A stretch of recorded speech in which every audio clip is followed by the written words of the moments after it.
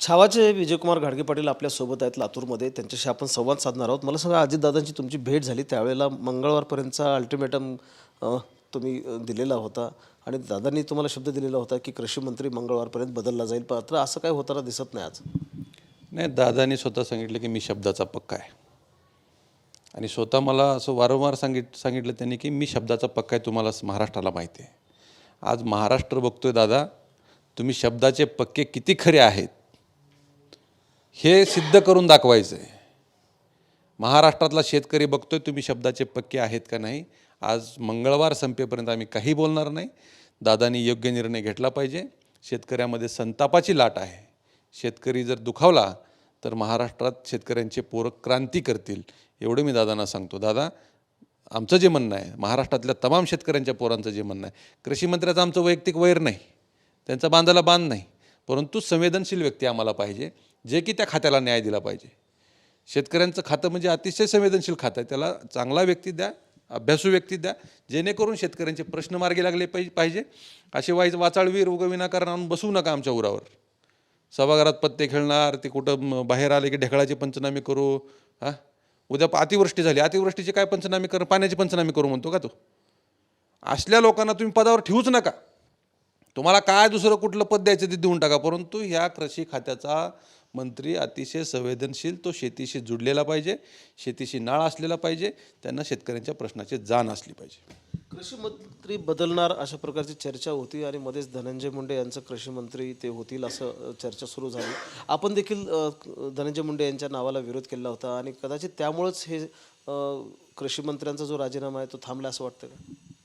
नाही, कृषी हे काय एक लक्षात घ्या, त्यांनी पक्षांतर्गत काय निर्णय घ्यायचे आम्हाला त्याच्याशी देणे घेणं नाही, परंतु महाराष्ट्रातल्या जनतेचं काय म्हणणं आहे ही राज्यकर्ते म्हणून त्यांनी ऐकलं पाहिजे ना.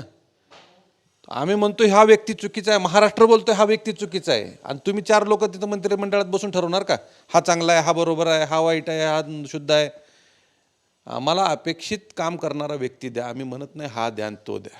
आमचं काम होण्याशी मतलब आहे, शेतकऱ्यांचे प्रश्न मार्गी लागणं महत्त्वाचं आहे, एवढाच उद्देश आहे. हा कुणीही द्या, पण चांगला द्या, वाचाळवीर नसावा, रम्मी खेळणारा नसावा. नाहीतर रम्मी खेळणारा काढ चाल, उद्या मटका खेळणारा तिथं बसवी चाल, असं बी नाही झालं पाहिजे. मध्ये बसून आकडे लावायचा तो. उद्या अजून त्यासाठी आम्हाला रस्त्यावर उतरावं लागेल, तुमच्या राष्ट्रवादीच्या लोकांचा मार खावं लागेल.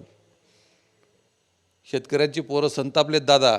आमचं म्हणणं आहे तुम्ही तात्काळ आज मंगळवारपर्यंत, उद्या म्हणजे मंगळवार संपेपर्यंत आम्ही काही बोलणार नाही, परंतु जर निर्णय नाही झाला तर उद्या सकाळपासून जी भूमिका आमची जाहीर होईल त्या दिशेनं उद्या अजितदादा जसे तुम्ही शब्दाचे पक्के आहात तशी ही छावा संघटना पक्की आहे शब्दाची, जे बोलते ते करून दाखवते. छावा जे आहे ते राज्यभर आंदोलन करण्याचा तुम्ही म्हणजे अंदाज व्यक्त करताय किंवा जे नियोजन तुमचं चाललं आहे, मग छावा ही इतर काही मित्र संघटनांना सोबत घेऊन उतरणार आहे का?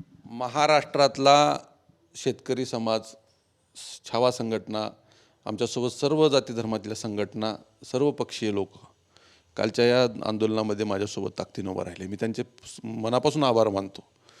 हे कुणालाच आवडलेलं नाही, आणि हा जर निर्णय नाही झाला तर महाराष्ट्रातला शेतकरी म्हणून कुठली संघटना नाही, कुठला पक्ष नाही, कुठली जात नाही, कुठली पात नाही, हा शेतकरी म्हणून सगळा समाज रस्त्यावर उतरणार आहे. कॅमेरामॅन विनोदसह महेंद्र जोंधळे, TV9 मराठी, लातूर.